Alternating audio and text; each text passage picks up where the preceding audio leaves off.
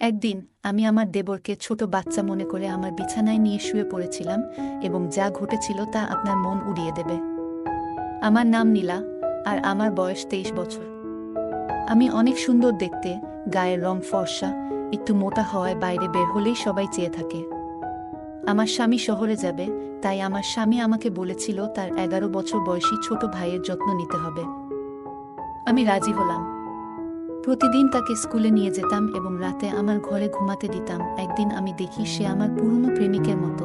আমি ভয় পেয়ে বাড়ি ফিরে আসি। দেবর বিষয়টি জেনে আমাকে ব্ল্যাকমেইল করতে শুরু করে। সে বলেছিল যদি তার শর্ত পূরণ না করি তবে সে সব ফাঁস করে দেবে। আমার বিয়ের 4র্থ মাস ছিল। জীবন ভালো চলছিল। আমার স্বামী একদিন অন্য শহরে যেতে হলে সে আমাকে তার ছোট ভাইয়ের যত্ন নিতে বলে। আমি তাকে যত্ন করতে শুরু করলাম, কারণ ছোটবেলা থেকেই আমি বাচ্চাদের ভালোবাসি। আমার স্বামী তার ছোট ভাইকে স্কুলে নিয়ে যেত, যা আমাদের বাড়ি থেকে বেশি দূরে ছিল না। আমি অবাক হয়েছিলাম যে আমার স্বামী বুঝতে পারেনি তার ভাই এখন বড় হয়েছে এবং নিজের যত্ন নিতে পারে। মাঝে মাঝে মনে হতো সে কিছু লুকিয়ে রেখেছে, তবে আমি বেশি তর্ক করিনি এবং স্বামীর কথা মতো তার যত্ন নিতাম। আমি আমার দেবরকে যত্ন নিতাম যেমন আমার স্বামী করত, যেন সে ছোট বাচ্চা। একদিন তাকে স্কুলে নামানোর সময় দেখলাম একজন স্মার্ট লোককে। দেখে আমি অবাক হয়ে গেলাম, কারণ সে আমার পুরনো প্রেমিক। কয়েক বছর আগে মারা গেছে। এখানে কিভাবে সে বেঁচে আছে এবং আমার সামনে দাঁড়িয়ে? আমি কল্পনাও করিনি যে আমরা এভাবে আবার দেখা হবে। আমার গল্পগুলো তোমরা শুনো, কিন্তু সাবস্ক্রাইব করো না। দয়া করে গল্পগুলো ভালো লাগলে চ্যানেলটি সাবস্ক্রাইব করো। একদিন আমি স্কুল থেকে আমার দেবরকে আনতে গেলাম। সেদিন আমি এমন একজনকে দেখলাম যাকে দেখে আমার পায়ের নিচের মাটি সরে গেল। সেই মানুষটি ছিল আমার পুরনো প্রেমিক, যাকে আমি ভেবেছিলাম অনেক আগেই মারা গেছে। সে কিভাবে জীবিত এবং আমার সামনে? এটা কিছুতেই হতে পারে না, আমি ভেবেছিলাম। আমি বাড়ি ফিরে এলাম, পুরো শরীর ঘামে ভিজা। দেবর আমার কাছে এসে জিজ্ঞেস করল, কি হয়েছে? তার মুখে একটা হালকা হাসি ছিল। আমি তাড়াতাড়ি মুখ নামিয়ে ফেললাম যাতে সে কিছু বুঝতে না পারে। আমার দেবর এসে আমাকে পানি দিল। আমি তার হাত থেকে গ্লাস নিতে গিয়ে হাত ফসকে ফেলে দিলাম। তার চোখে এমন কিছু ছিল যা আমাকে কাঁপিয়ে দিয়েছিল। সে 11 বছরের বাচ্চা, কিন্তু বড়দের মতো তৃষ্ণার্ত চোখে তাকিয়েছিল। আমি তাকে রুম থেকে বের করে দিলাম এবং বিছানায় বসে কাঁপতে লাগলাম। আমার দেবরের সামনে এতটা ভীত হয়ে পড়েছিলাম, কিন্তু কেন এমন ভয় পাচ্ছিলাম বুঝতে পারছিলাম না। মনে মনে নিজেকে সান্ত্বনা দিলাম এবং ভাবলাম এখন শুধু আমরা দুজনই বাড়িতে আছি। আমি কি করব? আমার বাবার একটি কথা মনে পড়ে গেল, যে বাড়িতে শুধু 2টি ছেলে থাকে সেখানে মেয়ের বিয়ে দিও না। কিন্তু মা রাজি না হয়ে আমাকে এখানে বিয়ে দিয়ে দিলেন। যদি তখন কেউ বাবার কথা শুনত, আজ আমি এই পরিস্থিতিতে থাকতাম না। আমার স্বামী আমাকে বিয়ে করে খুব যত্ন নিয়েছে, কিন্তু সময়ের সাথে সাথে বাড়ির পরিস্থিতি কঠিন হয়ে উঠল। তাকে আরও কঠোর পরিশ্রম করতে হলো এবং প্রথম চাকরি ছেড়ে নতুন চাকরি নিতে হলো। নতুন চাকরিতে যোগ দেওয়ার কয়েকদিন পর তাকে শহরের বাইরে যেতে হলো। আগে সে শহরের বাইরে গেলে দ্রুত ফিরে আসতো, কিন্তু এবার কয়েকদিন থাকতে হবে। আমি তাকে না যেতে বলেছিলাম, কিন্তু সে বলল এটা জরুরি। আমার মা এখন আর বেঁচে নেই, আর ফুফু এবং বোনেরা সবাই তাদের নিজের ঘরে। কাকে ডাকবো? চুপ করে স্বামীর জন্য অপেক্ষা করতে লাগলাম। সে যদি কিছুদিন বাইরে থাকে, আমার জীবন আরো কঠিন হয়ে যাবে। একদিন আমি আমার দেবরকে স্কুলে নামাতে গিয়ে দেখলাম সে আমার দিকে তাকিয়ে আছে। আমি তার স্কুলের স্যারদের সাথে দেখা করতে গিয়েছিলাম। সে আমার সামনে বসেছিল, তার মুখে সেই চেনা হাসি ছিল, যদিও এখন একটু দুঃখ ছিল।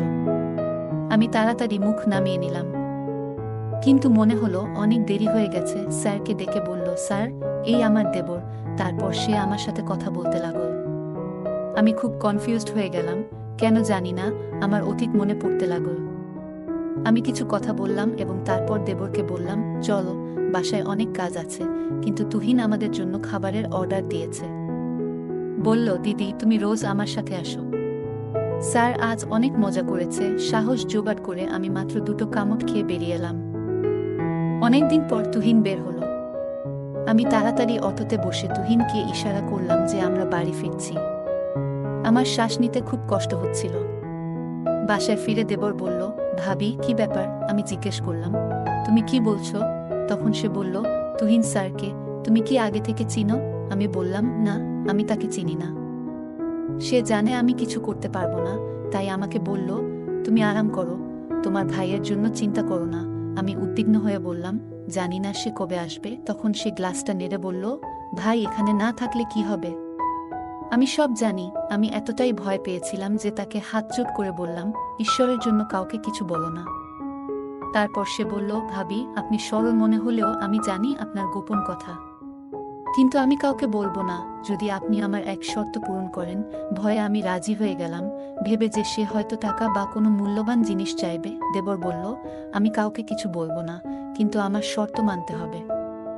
আমি আজ জরুরি কাজে যাচ্ছি, কাল তোমাকে জানাবো। সে চলে যাওয়ার পর আমি পুরো রাত টেনশনে কাটালাম। পরদিন তুহিন আমাকে ডাকল, আর আমি কাঁপতে লাগলাম। সারাদিন দেবরকে ঘুরে ফিরে শেষে বাসায় ফিরল। আমাকে বলল, ভাবি আমি পরশু তোমাকে সব বলবো। আজ আমি বন্ধুদের সাথে বাইরে ডিনার করেছি, তাই তুমি গিয়ে ঘুমাও, ভাই কাল বা পরশু আসবে। এমন ভঙ্গিতে বলল দেবর যে আমি তার বয়স আর স্বভাব নিয়ে ভাবতে লাগলাম। আমি আমার রুমে গিয়ে সারা রাত টেনশনে কাটালাম, ঠিকমতো খেতেও পারলাম না। মনে হচ্ছিল পাশের ঘরে কেউ কথা বলছে। দেয়ালের ছিদ্র দিয়ে শুনতে চেষ্টা করলাম, এবং পায়ের নিচ থেকে মাটি সরে গেল। পাশের ঘরে আমার দেবর একটা মেয়েকে জড়িয়ে ধরেছিল। মেয়েটি তার খুব কাছে বসেছিল এবং ফিসফিস করে কিছু বলছিল।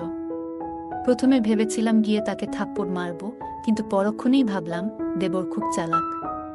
সে মেয়েটিকে লুকিয়ে ফেলতে পারে এবং কিছু মানবে না। তাই সিদ্ধান্ত নিলাম কয়েকদিন অপেক্ষা করব। যদি আবার এমন দেখি, কখনো ক্ষমা করব না। রাতটা খুব কষ্টে কাটল। পরদিন গুড ফ্রাইডে ছিল, তাই স্কুল বন্ধ।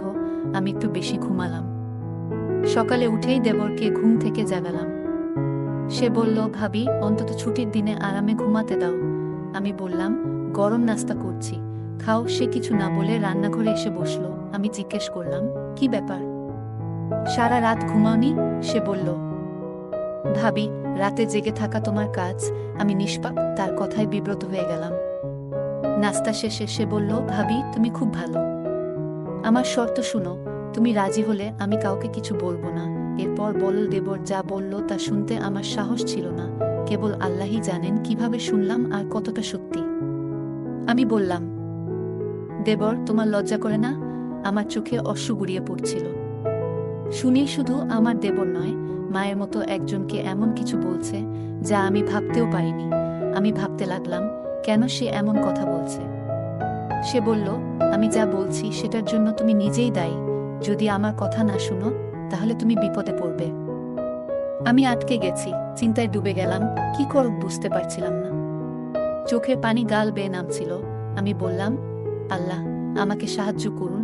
রান্নাঘরের স্টুলে বসে ভাবছিলাম কিভাবে আমি এই শর্ত মেনে নেব। কিছু বুঝতে পারছিলাম না। এদিকে আমার খাবার পুড়ে গেল। আমি নাস্তা করতে পারলাম না, আর শুধু কান্না করছিলাম।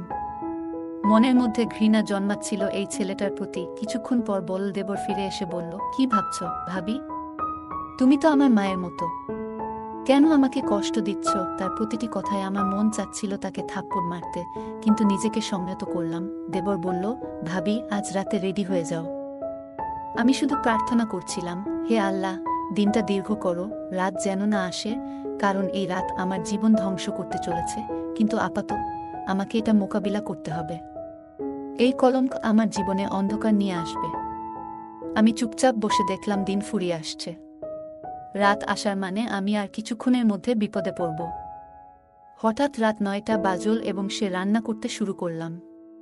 আমি স্নান করে ঈশ্বরের কাছে প্রার্থনা করতে লাগলাম। দরজায় জোরে কড়া নাড়লে আমি দরজা খুললাম না। এই পাপ থেকে বাঁচতে চাইলাম। দরজায় ধাক্কাধাক্কি থেমে গেল। বাইরের দরজা খোলার আওয়াজ পেলাম। তার কাছে ঘরের ডুপ্লিকেট চাবি ছিল, তাই সে ঘরে ঢুকল। আমার দরজায় অনেকবার টোকা দিল, কিন্তু আমি খুললাম না। সে বলল, ভাবি আপনি নিজের জন্য কষ্ট বাড়াচ্ছেন। আপনি যদি নিজের যত্ন না করেন, তবে কে করবে? সে অনেকক্ষণ দরজায় দাঁড়িয়ে কথা বলল, কিন্তু আমি চুপ থাকলাম। আমি সিদ্ধান্ত নিয়েছিলাম আজ রাতে দরজা খুলব না, যাই হোক। সারা রাত শান্তিতে ঘুমালাম।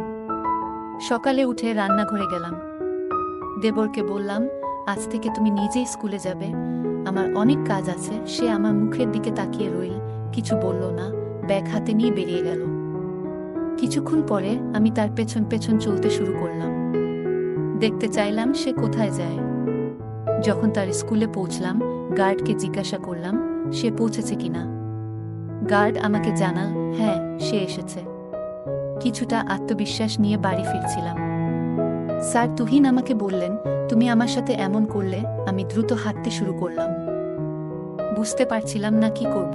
আমি চলতে শুরু করলাম, কিন্তু বুঝলাম সে একটানা আমাকে অনুসরণ করছে। এক জায়গায় থেমে তাকে বললাম, অতীত ভুলে না গেলে তোমার তখনই চলে যাওয়া উচিত ছিল। এখন আমি আমার জীবনে খুব খুশি। তোমার এসব করা উচিত নয়। সে কিছু বলল না, আর আমি বাড়িতে ফিরে অবাক হলাম, দরজার তালা খোলা। আমি খুশি হলাম স্বামীকে দেখে যে সে আগের মতো আর হাসছে না, তবে তাকে জড়িয়ে ধরলাম। তার আচরণে খুশি হলেও হঠাৎ এমন পরিবর্তনে চিন্তিত হলাম। মনে হলো দেবর হয়তো কিছু বলেছে। গোসল সেরে বললাম, নাস্তা রেডি। সে ঠান্ডা সুরে উত্তর দিল, আমি নাস্তা করে এসেছি। আমি সুনীলকে জিজ্ঞেস করলাম, কিছু ঘটেছে? সুনীল বলল, অনেক কিছুই ঘটতে যাচ্ছে, তুমি মজা করো। আমার মনে আল্লাহর কাছে প্রার্থনা করছিলাম, আমাকে এই কষ্ট থেকে রেহাই দাও। আমার মধ্যে দেবরের জন্য অনেক ঘৃণা জমেছিল। আমার স্বামী বলল, কিছুদিন মায়ের কাছে যাও, কিন্তু আমি যেতে চাইনি, কারণ আমার স্বামী অনেক দিন পর বাড়ি ফিরেছে। তবে আল্লাহর পরিকল্পনা ভিন্ন ছিল। সন্ধ্যায় বাড়ি থেকে ফোন এল, ছোট ফুফুর অবস্থা খুব খারাপ, আমাকে দ্রুত যেতে হবে। বাড়ি গিয়ে দেখি বাড়ির বাইরে একজন বসে আছে। সে আর কেউ না, আমার পুরনো প্রেমিক তুহিন। তুহিন আমাকে আসতে দেখেনি। রুমে ঢুকে আমি ফুফুর কাছে যাই, দেখি ফুফু বসে আমাকে দেখে হাসছে। আমি তাকে বললাম, তুমি তো ভালোই আছো, তাহলে কেন মিথ্যা বলে আমাকে এখানে নিয়ে এলে? তখন ফুফু বলল, বাইরে যে লোকটি বসে আছে সে আমার ছোট মেয়েকে বিয়ে করার জন্য এসেছে, তাই তোকে এইভাবে ডেকে আনছি, না হলে তো আর আসতি না। তারপর আমি তুহিনের সাথে দেখা করলাম, অনেক কথা তাকে বললাম। সে এখনো হয়তো আমাকে ভালোবাসতো, কিন্তু সে আর কিছু আমার কাছে প্রকাশ করেনি, তাই আমিও আর কোনো কিছুই প্রকাশ করিনি। আমি আমার স্বামীকে ফোন দিয়ে তার ভাই সহ এখানে ডেকে আনলাম, যাতে তারা আমার বোনের বিয়েতে থাকতে পারে। তারা চলে আসলো। আমার স্বামী আমার উপর অনেক রেগেছিল। আমি তাকে বাইরে নিয়ে আমার প্রতি তার ছোট ভাইয়ের নির্মমতার কথা জানালাম, যে তার ভাই আমার সাথে কি কি করছে। আমার কথা শুনে আমার স্বামী অবাক হয়ে যায় আর বলে, ঠিক আছে, তাহলে আমি এখন আমার ভাইকে বাড়িতে রাখবো না, ওকে বাইরে রেখে পড়াশোনা করাবো। আমি তার কথা শুনে অনেক খুশি হলাম। আমি তাকে কান্না করতে করতে জড়িয়ে ধরলাম। গল্পটা কেমন লাগলো জানাতে ভুলবে না। আরও মজার মজার রোমান্টিক গল্প শুনতে চাইলে ভিডিওটি লাইক, শেয়ার এবং চ্যানেলটি সাবস্ক্রাইব করতে ভুলবে না। ধন্যবাদ।